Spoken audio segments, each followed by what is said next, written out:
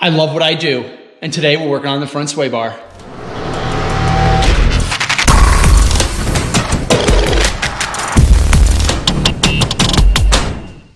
Before we get into this video, I want to take a minute to thank California Tuned for helping provide this front sway bar and the bushings and actually the entire kit. We actually have the entire sway bar as well as the front coilover suspension for this E30 N54. They've done a really great job in helping us not only source the right parts, but also provide a really good source of information for how to install this. But I want to go through and install this front sway bar because this is somewhat of a detailed installation, right? We need to relocate the sway bar on the E30. We're not going to be using the front sway bar from the E30 because it mounts behind the front axle. We're actually going to be installing the E36 M30 front sway bar in front of the axle, and we're going to need the front sway bar mounts as well, and we need to weld that onto the E30 frame rails. So as we go forward in this, I want to take note that this is very possible to do. And the sway bars that California Tuned has on their website is actually really good stuff. I mean, this is a 30mm front sway bar from an E36 M3, upgraded, and it's going to be really strong. So I'm pretty excited to put this thing on and get it test fit.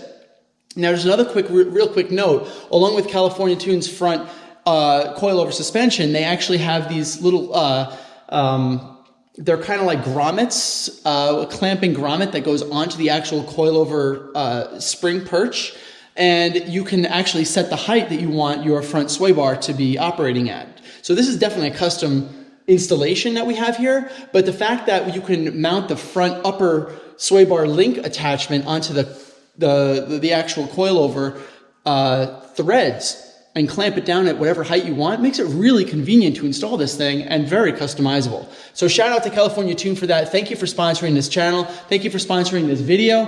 And I hope to show all of my viewers how to install the E36 front sway bar on the front side in front of the axle on the E30 for this N54 swap. So guys, thanks for watching and I hope you learned something.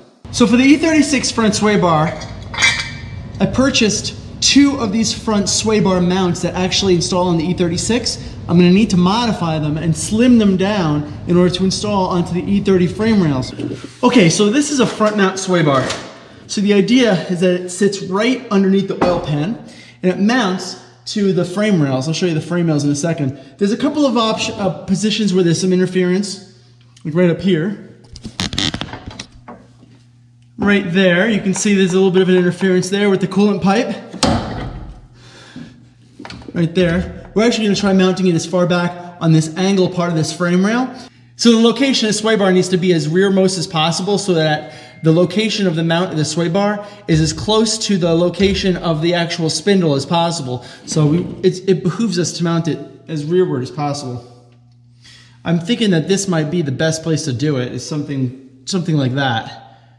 That's probably the best place to do it. What that means is that this mount is probably going to end up getting welded to this in some way, shape, or form. I'm not sure if it's going to be this way or the other way, but this is unique to the E36 such that the sway bar mount itself actually mounts right inside of it and it fits inside of the grooves of the actual mount. That's why I purchased each of these so that this actually mounts directly to it as opposed to just screwing it right to the frame rail. This is not good practice. This is good practice.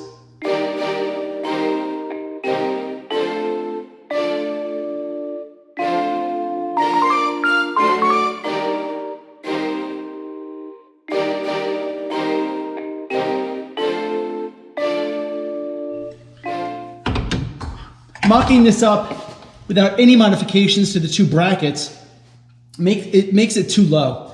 The bottom end of the sway bar is way too low. I need to raise it up, which means I had to shave off some from the brackets in order to get this thing to fit higher up in the engine bay. But the width looks good. I don't have any problems with the width. And I think it's going to be okay. I just need to make modifications to the actual brackets now.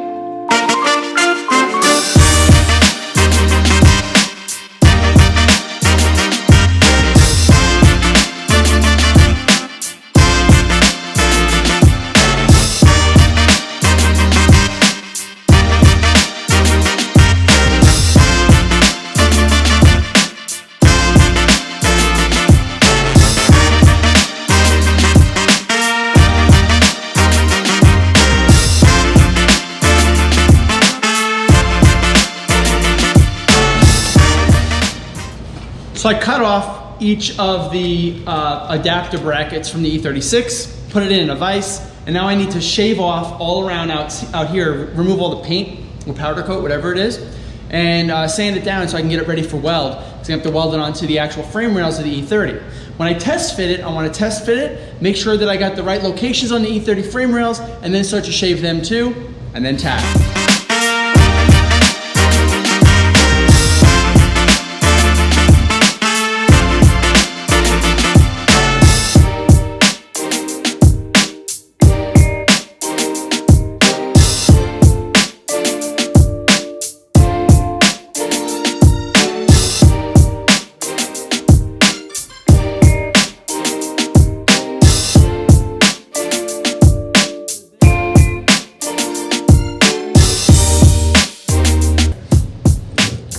No clearance issues. There's a little bit of a clearance issue right here. I think I can get away with that by bending this a little bit. That should avoid that and figure that one out. But I think that that's probably the perfect place to put it. Oh, it's gonna work out. It's gonna work out pretty nicely.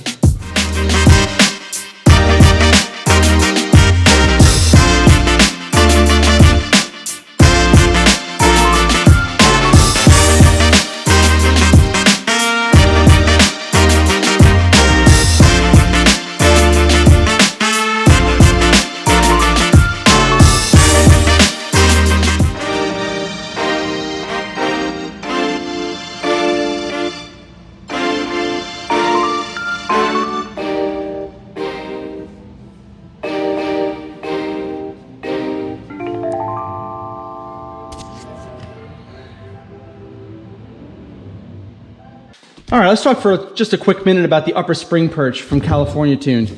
This is the part that actually gets threaded onto here, and actually gets threaded in between here and here, and it sits just like that. Let's install that really quick, and then we'll take a look at and see how this adjustable sway bar link actually works in terms of lengthening and shortening in order to connect to the bottom side, which is going to be where the actual sway bar is.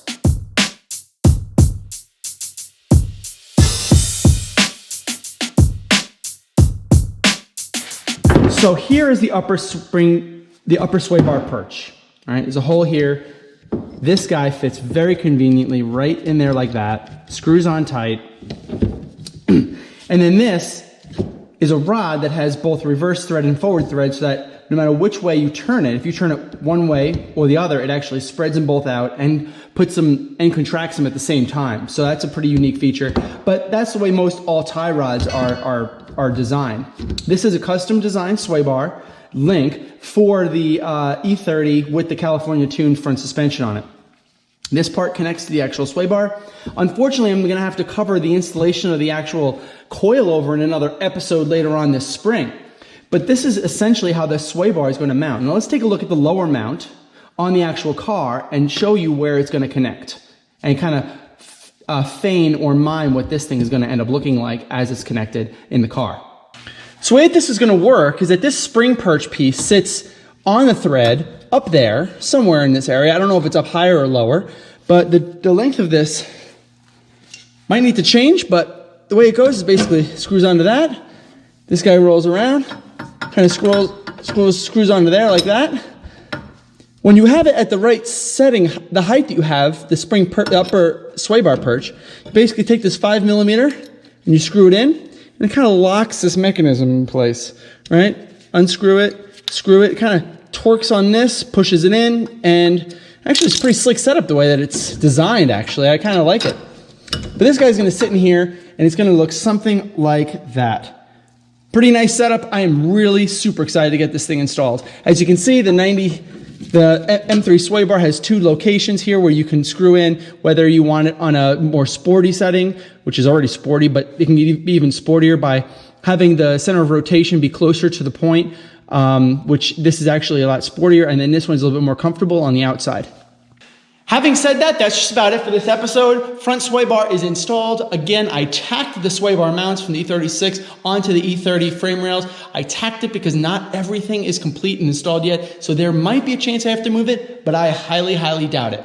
Regardless, after the engine comes out, everything is getting fully welded.